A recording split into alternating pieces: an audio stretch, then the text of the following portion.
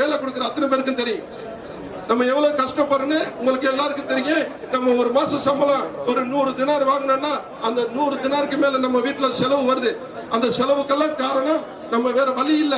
ஊர்ல உள்ள நிலைமை சரியில்லாத சூழ்நிலையில பக்கத்து வீட்டுல எழுத்த வீட்டுல அவங்க பெரிய டிவி வச்சிருக்காங்க, அவங்க வாஷிங் மிஷின் வச்சிருக்காங்க, இவங்க பெரிய ஃப்ரிட்ஜ் வச்சிருக்காங்கன்னு சொல்லிட்டு அதை ஃபாலோ பண்ணி நம்முடைய குடும்பத்தில் உள்ளவங்க வீணாகி கொண்டு இருக்கிறாங்க. தயவு செய்து நான் சொல்றது என்னன்னு சொன்னா, நீங்க யாரையும் பார்த்து நீங்க வீணாகிறாதீங்க. ஏன்னா இந்த உலகம் எப்ப வேண்டாலும் இன்னைக்கு பார்க்கலாம். இன்னைக்கு ஒரு மூத்து இப்ப இந்த பாடி அடக்கம் பண்றதுக்காக அங்க போயிருக்கிறோம். அங்க டெய்லி நம்முடைய டிவிஎஸ்க்கு வந்துகிட்டே இருக்குது. டெய்லி நம்முடைய எம்பாசில இருந்து பாடி வந்துகிட்டே இருக்குது. இந்த மாசத்துல இந்த நோம்புல மட்டும் கிட்டத்தட்ட ஒரு 20 பேர் இறந்துருக்காங்க. எல்லாம் ஹார்ட் அட்டாக். என்ன காரணம்?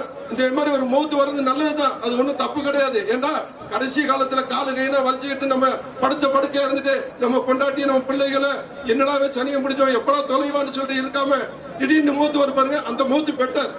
அதான் சொல்றேன், வலி எந்த மனிதன்கள் வலி இல்லாம வாழ்றானோ, நம்ம பிள்ளைகளை வலி இல்லாம நீங்க வளர்க்குறீங்களோ அந்த பிள்ளைகள் எல்லாம் வீணா போய் இன்னைக்கு ரோட்ல நிக்கிறத நீங்க பார்க்கலாம். இன்னைக்கு ஸ்கூல்ல பார்க்கலாம். சிகரெட்ல இருந்து முன்ன ஆரம்பத்துல நம்ம சிகரெட்டை குடிச்சிட்டு போனா நம்ம சார் பயப்பட, சார் வந்து நம்மள அடிப்பாரு மிதிப்பாருன்னு சொல்லிட்டு அவ்வளவு பயந்துட்டு சிகரெட்டை கூட ஒழிச்சுக்கிட்டு போவோம். ஆனா இன்னைக்கு தண்ணி பாட்டிலையும் கஞ்சாவையும் கையில எடுத்துட்டு சாருக்கு முன்னாடியே குடிச்சிட்டு போறான். சார் எது கேட்டாருன்னா அவரை போட்டு அடிக்கிறானோ. இன்னைக்கு காலம் மாறி போச்சு. அது நம்முடைய தாய் தப்பன் நம்ம சரியில்லை. நம்ம பிள்ளைகளை நம்ம தாய் தப்பன் நம்மளை வளர்த்த மாதிரி நம்ம பிள்ளைகளை நம்ம இப்போ வளர்க்கறது கிடையாது. இதுதான் காரணம். நம்ம இங்க வெளிநாட்டுல வந்து இருக்கிறோம், நம்மளுக்கு 200 தினம் சம்பளம் கிடைக்குது, அப்படியே கொண்டாடி பிள்ளைகளுக்கு அனுப்புறோம். நம்ம பிள்ளைகளை நல்லா பாத்துக்க, நீங்க நல்லா இருக்குன்னு சொல்லிட்டு. ஆனா நம்ம நல்லா இருக்கிறோமான்னு கேட்டா அவங்க கேட்க மாட்டாங்க, அவங்க பார்க்க மாட்டாங்க. அவங்களுக்கு மாசம் ஒரு 200 தினம் அனுப்பினா போதும். தன்னுடைய பிள்ளை ஒரு பைக்கு கேட்க உடனே வாங்கி கொடுத்துறது.